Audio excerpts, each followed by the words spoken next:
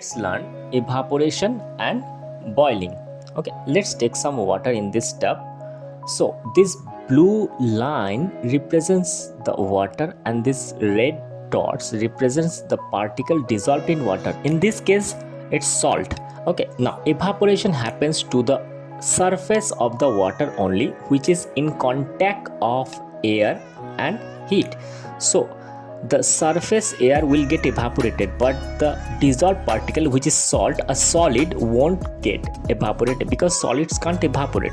So the surface will evaporate out and the solid particle will settle down, and this repeating process will evaporate all the water inside the tub out, and the solid particle will settle at the bottom of the tub.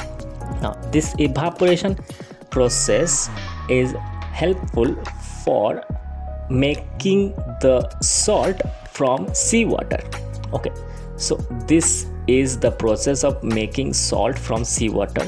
Seawater was collected in this puddle, and the heat and the air evaporates the water out, and eventually the salt will remain underneath the puddle. Okay, next, boiling.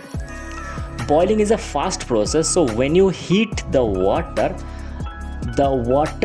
not only the surface of the water, the entire water will evaporate out at once, like this, and the solid particle that cannot evaporate, so it will settle down at the bottom of the tub. Now second, if you have a flask and you can condense this water vapor, so cool it down, it will condense to water again.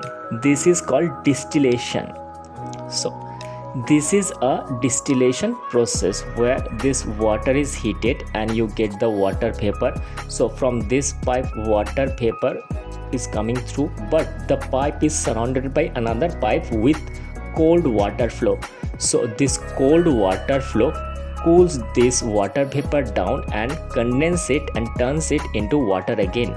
So we can get the water droplet in this receiving flask. That's all about distillation.